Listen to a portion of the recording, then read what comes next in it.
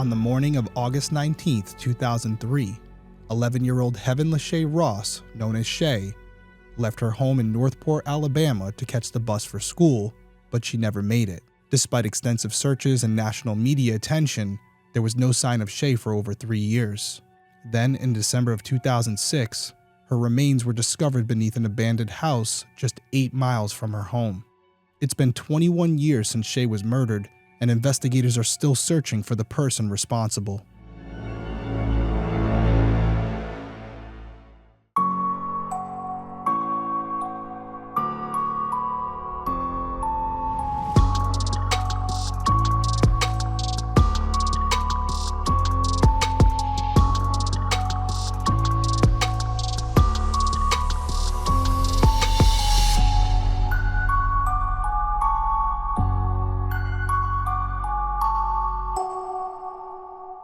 Hey everyone, welcome back to Detective Perspective. My name is Derrick Levasseur. I'm a licensed private investigator and former police detective. Each week I'll be covering an unsolved case in story format. I'll then give you my perspective on the investigation and provide contact information for the individuals or organizations connected to the case so that if you have any tips, you can contact them directly and maybe you can help solve a case. So if you're someone who's interested in true crime, specifically unsolved cases, and you would like to hear my opinion on those investigations, please consider subscribing whether you're watching on YouTube or listening on Apple Podcasts, Spotify, or whatever platform you use. So tonight's case, it's an interesting one. Actually, the 21-year anniversary of this case will be coming up on August 19th. So it's absolutely a cold case. And I find myself in a interesting position because normally I have a pretty good feeling on what transpired, at least what happened to the victim, maybe not the who. But with this particular case, I'm kind of 50-50. And so I'm really interested in getting your feedback on tonight's episode because I think this could have went down one of two ways. As far as who's involved, we're going to get into that as well. But this case reminds me a lot of the Michelle Norris case, which I have not covered here on Detective Perspective. But if you've watched Breaking Homicide, you saw me cover that case. And we're going to talk a little bit about Michelle's case and how it relates to this one near the end of this episode. But if you haven't watched it, maybe go check it out. You'll have a better understanding of what I'm talking about throughout this episode.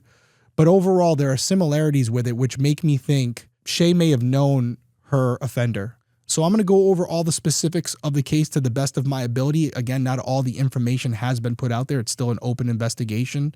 And then we'll get to the end of it. I'll give my perspective, and I'm really looking forward to getting your insight based on what we do know. So with all of that covered, let's dive into this week's case. Heaven LaShae Ross, who went by Shae, was born on June 11, 1992, to her mother Beth Thompson. Shae grew up in Alabama with her siblings and stepfather Kevin, who was more like a father to her. The family lived in Holt before moving a few miles away to Northport, where they settled into a home in the Willowbrook Trailer Park located right off Highway 82. Beth described Shae as the sweetest kid there was. She was a homebody who adored Kevin and was known as a peacekeeper in the family. She was a tomboy who loved playing the trombone and wasn't afraid to get muddy playing in the nearby creek, but she also enjoyed dressing up as a cheerleader for Halloween. By August of 2003, Shae was 11 years old and about to start the 6th grade at Collins Riverside Middle School. The Tuscaloosa News reported that at this time, Shae was your typical preteen girl who loved butterflies. She even decorated her room with them. She wrote in her diary about a boy down the street and how much she loved her older sister Alex. In mid-August, Shae and Alex started school. Their mom was working overnight, so their stepfather Kevin was the one who got them up for school and made sure they were ready each day. At around 6:30 a.m. on the morning of August 19th, Shae and Alex got ready for school. Shae picked out a pink Bratz shirt, hot pink shorts, and light blue canvas shoes to wear. Now at around 6:50 a.m., Alex left the house and started walking toward the bus stop, which was around 50 yards away on Hunter Creek Road. It's important to note that she didn't walk with Shae because she usually walked with a friend, and I did do my best to try to find out who this friend was, what their name was. I couldn't find it publicly. It doesn't mean it's not out there, but that is information that I did try to find and was unable to do so. And even if I was, I probably wouldn't mention it publicly, but it was something that I was interested in, and it may become more clear why I was interested in that information as we go throughout this case. Now, a few moments later at around 6:55 a.m., Shae was about to head out the door when Kevin noticed that her bag looked a little heavy. So he offered to give her a ride, but she said she was okay and she walked out the door. Now, I wanted to mention this because this is also going to come into play later. And I go back and forth on this because it's the first day of school. Some may argue that the first day of school, you don't have a lot of your books yet, so your bag's going to be lighter. Some may also argue that the first day of school, your bag is going to be heavier than it usually is because you have all your notebooks and pens that you're not able to leave at school in your locker yet. So on that first day, you're bringing it all to the school. So depending on what school of thought you're in, you could look at this bit of information two different ways. Now, just a few minutes after Shae went out the door, Kevin heard thunder, and knowing that thunderstorms really scared Shae, he went after her. And he later told the Tuscaloosa News, quote, "When I came out the door, I didn't see her at all. It's like she just vanished." Now, at this point, I just want to remind you guys, there's really nobody else to confirm this story. It would only be Kevin or Shae, and Shae's no longer with us. And I say that because Beth was in the home, but she was sleeping. And when we're trying to build a timeline of when Shae disappeared, it's important to note that the only person who can corroborate this part of the story is Kevin. And I don't think I'm going out on a limb here by saying right off the bat, he would be someone who would be on my list of people of interest. That said, according to Kevin, when he didn't see Shae, he drove to the bus stop and found Alex, but there was no Shae. The two returned home to see if Shae had gone back there, but she hadn't. So at around 7:05 a.m., they woke up Beth and told her that Shae was missing. Beth later told CBS 42 that she immediately knew something was wrong. They got in the car and drove to Collins Riverside Middle School, and when they got there, Beth ran over to Shae's bus, but the driver said she never saw Shae that morning. After receiving this information from the driver, Beth then called 911 and reported her daughter missing. The police met her and Kevin at the school, and then they followed them home. The police did not immediately treat Shae's disappearance as an abduction. In fact, for the entire morning and afternoon, they believed that she had simply run away. They later told Tuscaloosa News that they thought Shae would show up at home after school. Now, the police did canvass Shae's neighborhood to see if anyone had seen her walking to school, and they found multiple people who had. At least 3 neighbors reported seeing Shae that morning. A neighbor a few houses down, a young man walking to the bus stop, and another neighbor who was working at a computer near a window. In addition to canvassing the neighborhood, the police also searched neighbors' homes and reviewed surveillance footage from a nearby bar and grill, which would have shown any vehicles in the area of the bus stop, but there was no sign of Shae. Now, in my opinion, here was the first mistake in this investigation. I like the fact that they were speaking with neighbors and that they were looking at surveillance footage, but why not set up a couple roadblocks? Just set up a certain radius where you have a couple officers monitoring vehicles, maybe stopping them, questioning them to see if they had seen someone matching Shae's description. It wouldn't have hurt anything, and it would have only probably taken a couple officers to maybe write down some names, to write down some registration plates, to see if anyone who was suspicious that day may come back into play later in the investigation, even if it didn't result in finding Shae at that moment. But by not doing that and just focusing on the immediate area, more than likely Shae was already outside their perimeter, and if someone had taken her, they were also outside that perimeter. So while they're looking internally, the offender's getting away. And so this is where I feel like it would have been advantageous to say, okay, how much time has passed since she went missing? Okay, it's been a while. Let's really expand this radius, try to block off a couple of the main arteries, talk to people, see what we can find. Worst case scenario, we've dotted our I's, we've crossed our T's, and we can review the information later. But they didn't do that. When school let out and Shae didn't come home, the police realized that they had a problem, and the whole dynamic of the investigation changed. They kicked into high gear, calling in the FBI and the National Center for Missing and Exploited Children, and national media outlets began reporting on Shae's disappearance. Now, even though all of this was going on, no Amber Alert was issued for Shae. The police stated that they were still investigating her disappearance as a missing persons case, not a kidnapping. They explained, quote, "At this time, there's not enough evidence or probable cause to indicate that this could be an abduction." Now, this clearly is mistake number 2 because you have nothing to lose and everything to gain. If you can get more resources by simply putting out this Amber Alert, why wouldn't you do that? Put out a description of where she was last seen, her description, what she was last seen wearing, and allow not only your agency, but surrounding municipalities to be aware of this information as well. That way, if they run across her, whether it's a runaway child or just someone who's walking to their friend's house and skipping school, the police would stop this person and then we would know where Shae was. And I've had that happen before where an Amber Alert goes out. We end up finding the small boy or girl who in some cases just was playing hooky. But at that point, I can tell you this, when we bring them home, yes, the family's pissed off, but also relieved because now they know what happened. And if it wasn't for that Amber Alert going out to the agencies surrounding the community, we probably wouldn't have had that outcome. So I don't know why they didn't do it. I don't understand why you wouldn't go beyond the scope of what you think it is just to play it safe. But this was a decision made by them and there's no going back now. And Beth did tell the Associated Press that she didn't think it was the right decision not to issue an Amber Alert. She was adamant that Shae had been abducted and that she hadn't just run away. Shae's aunt also echoed this sentiment, saying that everyone who knew Shae was certain that she hadn't run away or skipped school. The aunt believed that maybe someone had offered Shae a ride and she accepted because of the bad weather, and it's important to note that Beth agreed with this theory as well. The following morning, a command center was set up in Shae's neighborhood. The community came together, helping in any way they could. Volunteers plastered flyers all over town, and more than 100 businesses donated items to aid in the search. One local businessman even offered a $50,000 reward for Shae's return. For weeks, the police and volunteers searched for Shae, focusing on areas near the home and gradually moving outward. They searched properties in Northport and Tuscaloosa, both in the cities and in the surrounding woods. The lead investigator in the case even hung up a pink Brat shirt identical to the one that Shae was wearing when she went missing, so that anyone searching would know exactly what they were looking for. Now, while the police and volunteers conducted searches, the FBI interviewed Shae's family. They were separated and asked to fill out questionnaires, and both Beth and Kevin were giving polygraphs, which from what we understand, they both passed. Now, as far as what questions were asked, I think they would have started with easy ones like who are Shae's friends, family members? Was there anyone that she would go hang out with or stay with? Was there someone that she had mentioned, a boy or a friend in the community that she had started getting close with? Were there any problems in the household? They would start to go into that.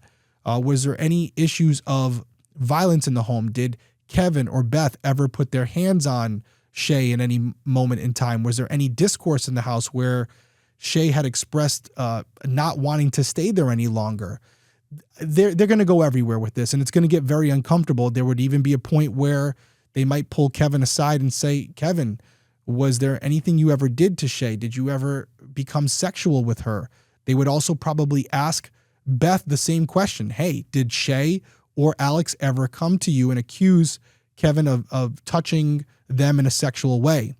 I can tell you, you have to be careful how you pose these questions because you don't want these potential victims to be offended by your questioning. And that's why it's so important to preface everything by saying, listen, our number one priority is to find your daughter alive and well.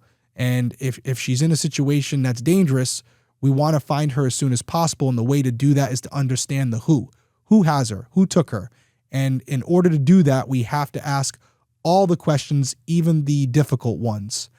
Sometimes the families and friends understand it. Sometimes they don't. It's just the nature of the job. And I think the way you phrase those questions is very important to the success of the answers you receive. So they're going to run the gamut here. They're going to ask everything under the sun. They're going to know everything. And they're going to then speak to local law enforcement, compare notes, and see if anything stands out to them. We are just getting started in this case. There's so much more to cover. There's still a lot of theories to go over as well. But before we continue, let's take our first break.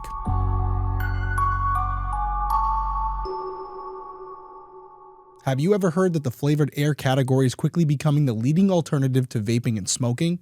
It's a whole new movement towards better habits led by the sponsor of today's video, Fume. Fume is an award-winning flavored air device, and flavored air isn't like vaping. If vapor was compared to sticky soda, Fume cores are closer to like an herbal tea.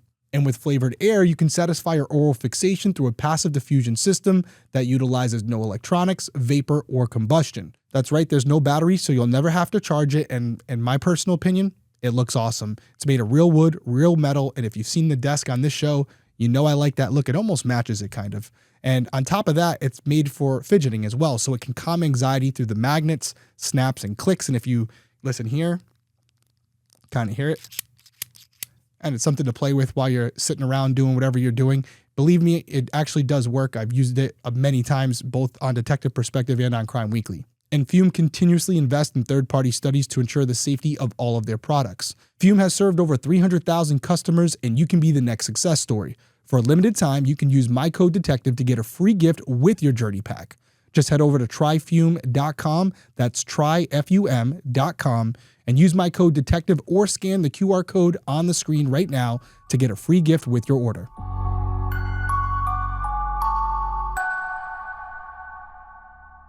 Okay, we're back, and by the start of September, Shae's disappearance was featured on America's Most Wanted, but unfortunately it did not result in any major leads, and the tips also began to slow down as well. Now here's a really unexpected development in this case, because on September 12th, the command center was shut down. Then at around 2 a.m. on September 25th, Beth and Kevin woke up to the smell of smoke. They rushed to locate the source and found that Shae's bedroom was on fire. Kevin acted quickly, bending the plexiglass windows in Shae's room to release the smoke and put out the fire. The couple then called the police, who arrived and found that the fire had been ignited in the corner of Shae's room, involving a recliner and other pieces of furniture. Beth told the media that she believed whoever was responsible for Shae's disappearance was trying to, quote, get the rest of the family. The Tuscaloosa News reported that following the fire, many volunteers withdrew their support for the Shae family. Some volunteers and members of the public suspected that Shae's parents knew more than they were letting on. Now, after the fire, there were few updates in Shae's case until March of 2004, when the state fire marshal announced that investigators believed the fire in Shae's room was started intentionally. The fire investigation report showed that the fire began in a small hole in the floor at the foot of the bed and at the foot of the recliner.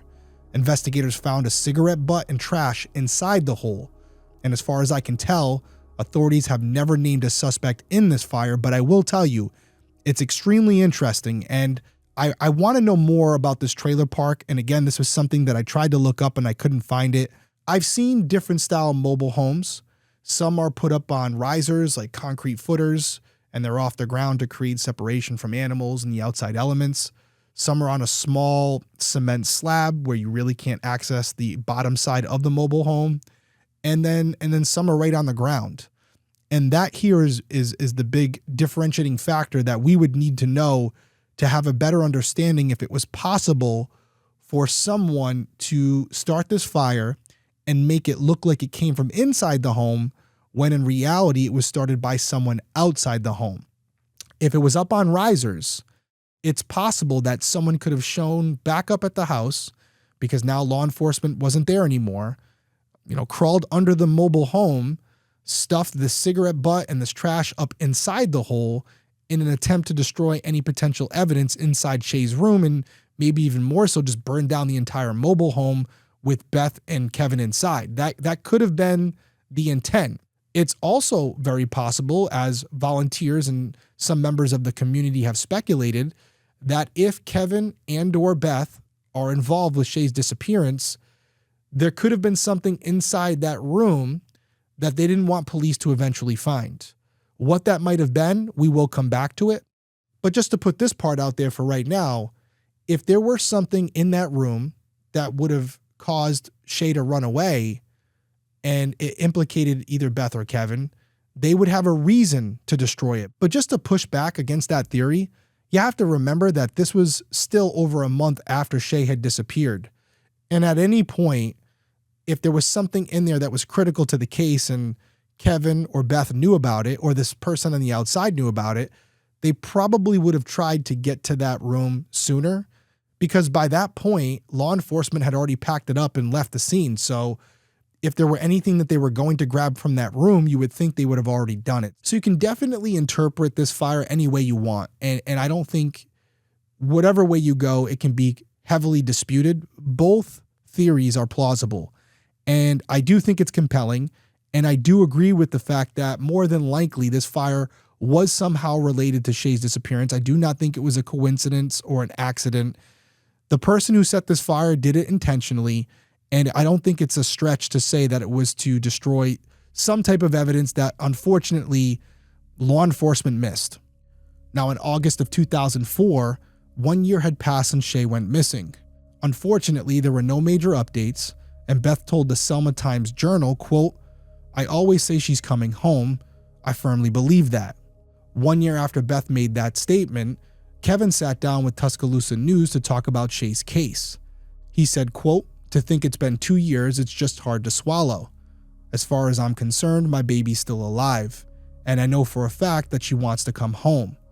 I will never, as long as I'm living, I will never give up on Shae." At that time, the lead detective also spoke to the Tuscaloosa News, stating, quote, "I'm always thinking about Shae in the back of my mind. There's not a day that goes by that I don't think about or do something in this case. It's frustrating not to be able to resolve this for the family or for anyone." The detective mentioned that they still received leads about the case. In fact, in the last month, someone reported seeing Shae at a school in North Alabama, and another person said they had seen her with a relative in the Gulf Shores area. The detective went on to state that neither tip proved to be viable, but at least they were still receiving information. In August of 2006, the case took a turn when police in Prattville, Alabama announced that they believed Shae's case could be related to 2 other cases: the disappearance of Teresa Dean and the abduction and murder of Shannon Polk. 11-year-old Teresa Dean went missing on August 15, 1999 near her home in Macon, Georgia, which was also located in a mobile home park. She has never been found, and police suspect foul play. On August 16, 2001, 11-year-old Shannon Polk was abducted from Candlestick Mobile Home Park in Prattville, Alabama, where she lived. 7 weeks later, her body was found in the Autauga County Wildlife Management Area. The Prattville police pointed out many similarities between Teresa, Shannon, and Shae's cases. All 3 disappeared in mid-August, 2 years apart. All 3 victims were 11 years old, and they were abducted from the mobile home parks where they lived. Additionally, in all 3 cases, there was construction nearby, such as commercial construction, roadwork, or bridge building. The Prattville police were careful to note that there was no direct evidence linking the 3 cases, and no definite connection could be made until Teresa and Shae were found. Years later, federal investigators determined that there wasn't enough evidence to conclude that Shae's case was related to Teresa and Shannon's, but it is important to note that all 3 cases remain unsolved to this day. So we've covered a lot in this case so far, and there's still more to go, and if you remember the teaser, you know where this is heading. But before we get there, let's take our last break and we'll be right back.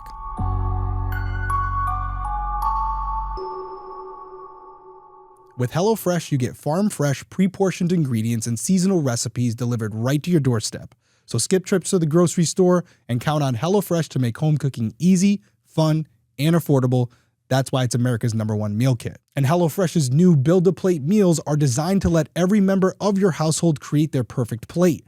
So no more making multiple dinners to satisfy everyone, just one meal with so many ways to enjoy it. With a changing menu of 50 recipes to choose from every week, HelloFresh makes it easy to always find something the whole family will love. And for my parents out there, we all know that back-to-school season means shopping, after-school activities, and a lot less time to cook. Skip the meal planning and the grocery store runs with nutritious and delicious meals from HelloFresh. They also handle most of the prep work, making getting dinner on the table easier and faster than ever. Listen, I've been endorsing HelloFresh for a long time now. I love their meals. We just had their steak sandwiches with horseradish mayo and crispy fried onions, and it also had sweet potato wedges. Made it with my kids. I usually do. They love seeing the pictures and cooking the meals with me, and because they're cooking them, they're more inclined to eat them, which is a win for me. And it can be a win for you too, because right now, kids eat free. That's right, kids eat free, and all you have to do is go to HelloFresh.com/DetectiveKids to unlock this exclusive offer. That's 1 free kids meal per box for 2 months while your subscription is active. Again, that's a free kids meal just by going to HelloFresh.com/DetectiveKids, and the Detective Kids is all one word. Just remember that, Detective Kids, all one word. Go check them out, guys. You will not regret it. HelloFresh, America's #1 meal kit.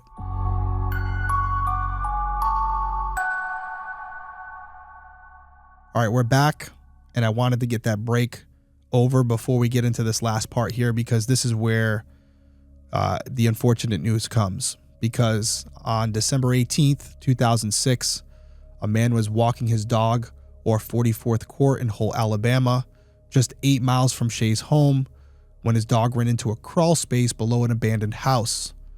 The man went to get his dog and noticed skeletal remains in the crawl space. He called the police, and detectives quickly arrived at the house, which was secluded, located at the end of a long, isolated dirt road. Detectives noted that the house was difficult to find unless you knew where you were going, and was known as a spot where people used drugs and engaged in other illegal activities. Now, before I continue and get into what we're about to get into, I don't understand this. This was a house that was known for illegal activities where criminals would go and hang out. And it was only 8 miles from Shae's home. And yet it was never checked. Or was it checked and just not reported, and that's why we don't know about it? If I'm the investigator, or I'm even a patrolman working this case, yes, we're going to canvass the area. Yes, we're going to set up roadblocks to talk to people. But I would probably go and check the areas where known criminals are hanging out. Other illegal activities, potentially sexual assaults, potentially physical assaults, just simple assaults, obviously drug use. And whenever you have drugs involved, the other crimes will follow. So if I'm a criminal and I've just abducted a young girl and I don't want to bring her to my house, would I potentially go to a location where I know it's off the path and police aren't really aware of it? Probably. But it sounds to me like the police were aware of this location, even though it was difficult to get to. And the fact that it was difficult to get to would make it more of an attraction for me as a law enforcement officer to visit and vet and see if there was anything there that could lead me to Shae. So it sounds to me like originally they didn't do that. And if that's the case, well, that's a huge mistake. So now back to this abandoned house, because detectives are there and they look inside the crawl space and they immediately knew the remains were Shae's because they recognized the pink brat shirt that she had been wearing. And nearby, they also found a backpack with Shae's name on it as well. So they were 99.9% sure that the body they found was in fact Shae, but they would need to conduct an autopsy and get those DNA results before they could make that 100% match. So to talk a little bit more about this house before we continue, it's only 8 miles away. Is it possible that Shae voluntarily went to this house or was abducted and brought there immediately after she disappeared? Of course. Would them, when I say them, I mean the officers going there immediately, have made a difference? I don't know. It's also possible that she was brought there after being killed. And we're going to talk about that again.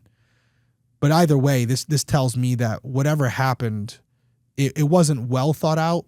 Something went down and the offender wanted to dispose of Shae's body, whether they took her there immediately after killing her, or whether they went there together and maybe went there to hang out, do some type of drugs. I don't know.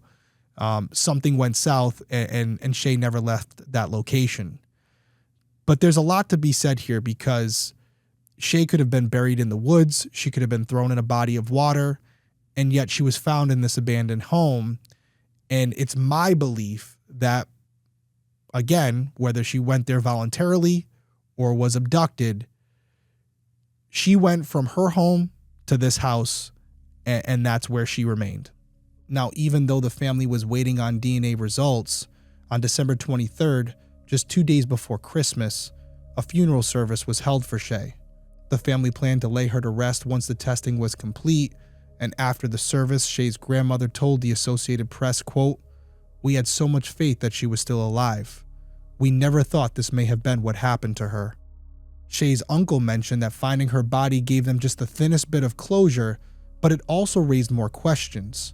He said, quote, "We've been brought closure in a minuscule way, but when you lay her to rest, the only thing we're going to be thinking of is why. Why would someone do this to her? That's all that's left for us now." In June of 2007, DNA results confirmed that the remains did in fact belong to Heaven LaShae Ross. Beth told the Associated Press that having Shae back home brought her a little bit of closure.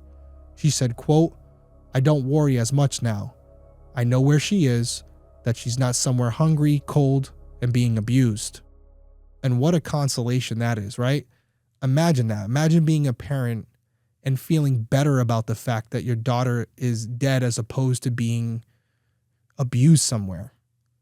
I can't imagine being in that position where you're sitting there saying, I don't know what happened to her, but I would rather this than to think about the fact that she may be out there somewhere right now calling out my name, hoping that I'm going to come rescue her. And I will tell you, I have talked to a lot of family members who have dealt with the disappearance of a child, and they do say similar things, that they just wish, even if their child is gone, that they would know where they were and that they were no longer suffering. And I think as a parent right now, it's hard for me to imagine having that type of rationale, but I do kind of see where they're coming from after so many years of being numb.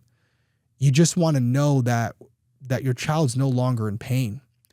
And it's terrible to think about. And I can't imagine being in that position. And that's why every time I cover cases like this, especially being a father myself, it just gets harder and harder. Now, after Beth made that statement, that same month, the police provided an update stating that the investigation into Shae's death was still ongoing. However, they did not disclose the cause of death. And to this day, as far as I know, the police have never revealed how Shae died to the public or to her family. And I have to say, and I said it on the last case, I agree with this. You know, some of you may not, but I don't think knowing how she died, if they even know how she died, I don't think disclosing that to the public helps them in any way. It's going to bring more pain to the family, and it's going to take away a piece of guilt knowledge that they have about this case, where if someone comes forward with information that could lead to a suspect, or if someone comes forward and confesses to this murder, they're going to have no way to verify that information. So this is something that you want to keep internal, and I will always support this decision. And I will say one more thing. There is a very strong possibility that because of the decomposition of the body, they don't know how she died. But again, that's the reason you don't reveal this information, because the bad guy doesn't know that you don't know. And that gives you the advantage. Now, even though the police didn't reveal the cause of death, one of the few details that they did share about Shae's remains was that they couldn't determine if she had been killed at the house or if her body was brought there after the fact. They also mentioned that the length of time her remains were exposed to the outside elements made it difficult to recover any DNA or biological evidence, which they said hindered the investigation considerably. And we know this to be the case. We've talked about this at length in other cases as well. A body being exposed to those elements in that condition where you have animals and insects, it's going to be something that within a very short period of time, a lot of DNA evidence is gonna go by the wayside just by the rain and elements of the outside. You're gonna lose a lot.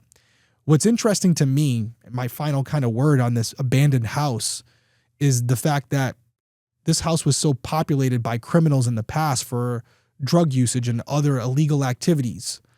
No one ever knew that there was a body there. During the hot summer months in Alabama, they wouldn't have smelt something that they may have looked at. And the question is, did they look at it? Did they go down there and see what they saw and say, you know what, I don't want to report this because I could be connected to it? That's possible. I also think about the horrific world where the offender had visited this site multiple times to potentially admire their work, to use this as their trophy case. And we've seen this in other cases as well. And I say all this not to make a horrible situation worse. If you can identify individuals who were at that abandoned house often, and they noticed someone who would come by and hang out and linger, but never really participate in what they were doing, just kind of looking around the area, those are people you want to speak with. Those are people you want to incentivize to come forward and maybe turn on other individuals who were there. Because if you start interviewing them and throwing them on polygraphs and starting to look at their criminal history, maybe you'll find a connection. And if I had to guess, when you're talking about the duration that Shae was there, because I do believe she was there almost instantly, I would suspect that at least once or twice, the murderer revisited that house. So you find out who those people were, and you potentially find the killer. Now, in the years that followed the discovery of Shae's remains, there were few updates, and the police later said that they were hopeful after finding her remains it would lead to a quick arrest, but unfortunately, that didn't happen. In 2013, it had been a full decade since Shae went missing. Beth sat down with the Dothan Eagle for an interview and said, quote, "It has been a rough 10 years. A rough 10 years. At this time, the police provided an update as well, revealing that they had collected trace evidence from around Shae's body. And while they hadn't been able to match the evidence to any DNA, they continued to test it as technology improved. And what this tells me very quickly is that they may have something, but whatever they have, it's minimal. And so although the technology available right now may not be able to do anything with that evidence, they're hopeful that as DNA progresses and it's progressing rapidly, there will be a future technology that will be able to utilize what they do have and maybe make a break in this case. In August of 2019, Beth spoke with the Tuscaloosa News to discuss the case as a whole. Beth expressed concerns about how the initial investigation was handled, specifically that she didn't believe police took Shae's disappearance seriously at first. She said, quote, "I don't think they reacted fast enough. They thought my baby was a runaway. I do have some animosity about some things." She added, quote, "This was the first case they'd ever had like this. It is what it is." And I do agree with Beth here. I said at the beginning of this episode, roadblocks, Amber Alert, treating this case initially as the worst possible scenario would have been the right move. We talk about them waiting until school was let out and seeing if Shae came home. What's that, 6-7 hours? That's an eternity. You only have 24 to 48 hours with these missing persons cases, and that's a stretch. Every second that goes by that you're not out there doing something actively to find this person could be the difference in finding them alive or dead. So I agree with everything she said here, and I think that she's spot on. We'll never know if it made the difference or not. She's already gone. The only time we could truly maybe get some answers is if we find the offender and this person is willing to divulge what actually happened, but I wouldn't hold my breath for that one. Now, Beth did also share that she felt a little bit of relief when Shae's remains were found, but she still longs for justice and answers. She stated, quote, "What I need is an arrest and a trial. That would be my closure because then all my questions would be answered." And that's basically what I just said now. If you got this person, maybe they would be able to share what happened. But as I just said, I don't know. I think they would probably just till the end of their life say they didn't do it unless you had something concrete to put them at the crime scene. But we'll never know until we find them. So I'm with Beth on this one. We need to find this person. They need to be brought to justice, and we need to see what they're willing to say. And Beth went on to say that she was still left asking why anyone would want to hurt Shae. She was the sweetest kid there was, and it didn't make sense that anyone would want to hurt her. Beth mentioned that she was more interested in the why than the how. She avoids thinking about what happened to Shae after she disappeared and doesn't want people to ask her about it, and I completely understand. Now, during this full interview, Beth pointed out that Shae would have turned 26 that year, and she said, quote, "I think about her all the time, every day. I wonder what she would be like, what she would look like, what her personality would be like." The police also spoke to Tuscaloosa News, and they were pretty candid. They mentioned that all their tips and leads had dried up, but detectives still reviewed the case every so often. Now, here is one thing they did say about the case, which I found extremely interesting. They said, quote, "There's ideas we have as to who could have done this, but as far as proof or any evidence, we have nothing." What do we take from that? There's ideas we have as to who could have done this, but we have no proof. Well, yes, it could be someone from the area, but to me, if I'm reading between the lines, they have a suspicion that the person who's involved is someone they've known all along. Who could that be? I would say a family member, friend, or immediate neighbor. But if you really pushed me, I would say there might be an idea amongst investigators that maybe a family member was involved, especially after this whole fire went down. I mentioned volunteers and members thinking the family couldn't be involved. Who's to say that investigators didn't think the same thing? And by no means am I saying they're right. I'm just trying to pull back the curtain and let you know what is potentially being said without being said. Now, in addition to that statement, the police also said that they believe someone who frequented the area around the abandoned house where Shae's remains were found probably saw something, heard something, or knows something. They're asking that person or people to reflect and hopefully come forward. Now, to fast forward to 2023, Beth spoke to WBRC to mark the 20th year since Shae went missing. She decided to share a message for the killer, stating, quote, "Give it up. It's been more than 20 years. Come on. There's no way you're sleeping good at night. There's no way anything good is going on in your life." And I could not agree more. You are a scumbag. You have no purpose in this universe. Come forward. Give this family the closure they deserve. That's the only thing you have left to offer. And I know I've given a lot of quotes from Beth tonight, and I'm glad I did. They're all important. That last quote from her probably being my favorite. But I want to leave you with one more because I think it really drives home the point of why we're doing what we're doing here on this show. And this quote came from Beth when she spoke to WVUA and said that there are still people who don't know Shae's story, which is, quote, disheartening in its own. And that's exactly what I'm trying to convey here to you guys. Even though it's been so long, even though this case has been covered by America's Most Wanted, even though there's been multiple public announcements from police and multiple interviews from Shae's family, there are still people who do not know this case. And there may be someone who can actually have an impact on it who's unaware that the information they hold could be critical to finally solving this thing. Now, Beth ended that quote by saying she will never give up hope that the killer will be found, and she hopes she's alive when they are. And that's where we stand on this case currently. Shae's killer is still out there somewhere, and her family continues to hope that one day they will be caught and they will be brought to justice. Okay, so let's dive into this perspective and add on to a little of what I've already said. First off, let's talk about a profile for this suspect. To me, as I always tell you guys, window of opportunity can tell you a lot. This was a very small window of opportunity, both geographically and from a time perspective. We're talking about 50 yards away from the home, and we're talking a maximum of 7 to 10 minutes.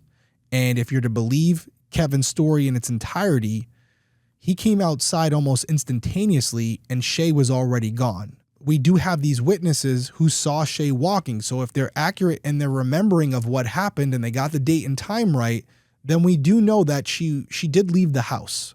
The question is, what happened between the time that the last witness saw her and the bus stop? That's the big question.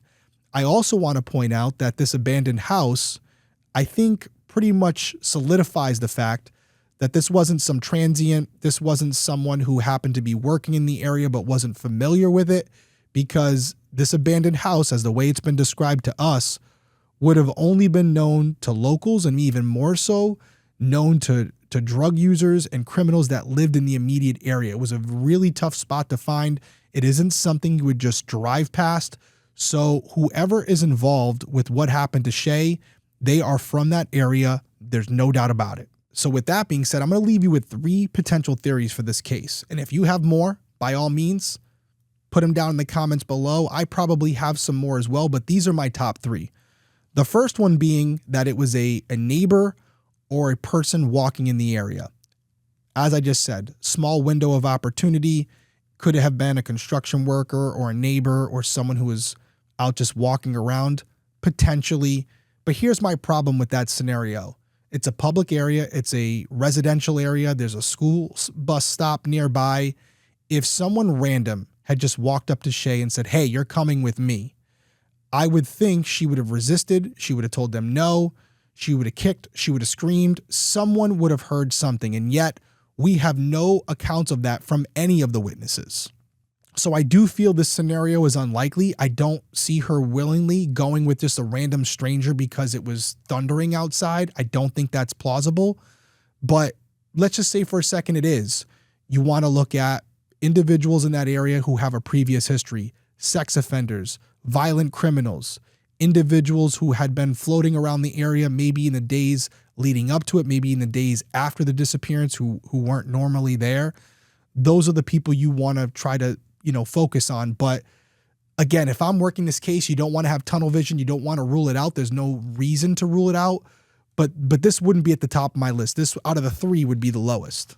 Now, the next theory we're going to talk about, and this is a difficult one, and if Beth or Alex or Kevin or any family member or friend of Shae's is watching or listening to this, I want you to know I mean nothing by it. I'm doing my job. And if you're doing your job correctly, whether it's here telling the story or as an investigator, you have to vet all theories, even though some of them may be difficult to do. And I wouldn't be doing my due diligence if I didn't. So the next theory would be the family member theory. We know that there are people in the community that believe a family member could be involved. And this brings me back to a case that I worked, Michelle Norris, and I mentioned it at the top of the show. In that case, her father, Daryl Norris, said that he dropped her off about 10, 15 feet away from her door, and he drove away before she got there, and that was the last time he ever saw her. She was found days later, murdered in the woods. And I always ask myself, what if he wasn't telling the truth? What if he never dropped her off at all? All the work that was done after that could be just a waste of time. And I know a lot of investigators initially went off of that statement. So when you apply that to this case, the last bit of information we have is that Kevin saw Shae leave the house, and moments later he went outside after her and she was gone. And if we're to believe witness testimony after that, they did see her walking to school. But what if some way Kevin picked her up and brought her back home? Or what if those witnesses are wrong and they got the date and times confused? What if Shae never went to school at all that morning? What if something happened the night before? What if this all was some elaborate plan? I pose these questions not because I necessarily believe in them, but it's what we have to do. And it does seem like that's what the FBI did. And so they have to look at family members, friends. They have to look at Shae's diary. They have to look in the house to see if there were any signs of struggle or abuse. You want to look into the backgrounds and criminal history of everyone involved. You want to talk to the other children in the family to see if there were any previous cases of sexual abuse that hadn't been reported.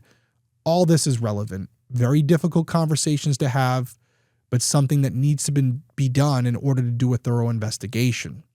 And so I throw that out there because I'm sure some of you are thinking it, and it's something that has to be on the back of all of our minds. And all I can say at this point is it's not my strongest theory, and I truly hope that it's not the case. Now, this final theory I want to talk about, I believe is most viable, and it may surprise some of you because I've said the word abducted a few times in this episode, and I don't know if that's necessarily the case.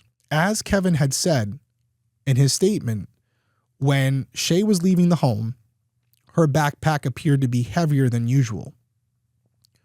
Could you have had a situation where there was something going on in the household and Shae had made the decision that on the first day of school, when her parents wouldn't expect her home for hours, she was going to go meet up with someone for the day or maybe for a longer duration? Maybe she was planning on running away. Maybe there was something that police found or heard or saw that suggested to them that Shae might have fled intentionally. Could it have been something they read in her diary or something they saw in the room? Maybe some clothes or items were missing. I don't know. They haven't disclosed that information.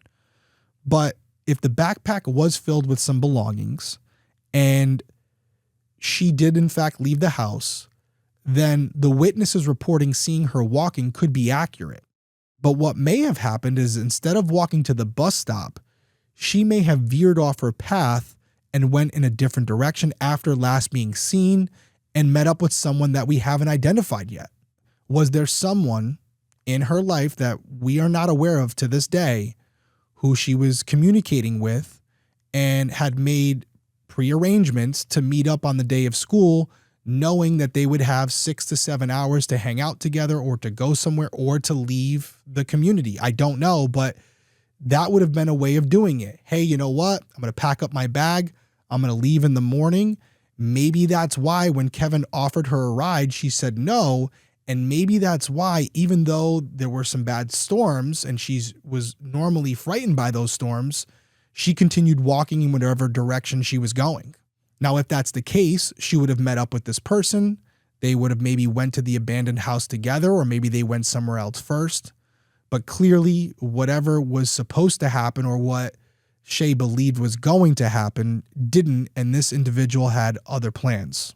But if that is the case, that means that this person was known to Shae. Has she ever written about them? Has she hung out with them before? Has she ever discussed this person with family members, friends, or associates? These are all things that have to be looked into. And if that's the case, that's where the scenario involving the fire could come into play.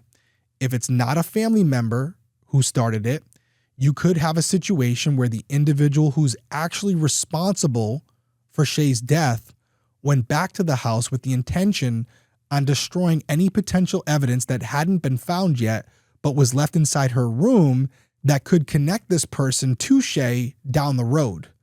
Like I just said, it could be a diary entry. It could be something that she had hidden in her closet or under the bed. I don't know. But if that's what happened here, this person had reason to believe that they had to destroy the house as soon as possible to avoid a potential apprehension down the road. And as for where we stand right now, Beth said it best. We still don't have answers. We need someone to come forward. So, just to recap, on the morning of August 19th, 2003, Heaven LaShae Ross, known as Shae, disappeared from the Willowbrook Trailer Park in Northport, Alabama, while on her way to the bus stop. Over 3 years later, her remains were found beneath an abandoned house off 44th Court in Holt, Alabama, about 8 miles away from her home.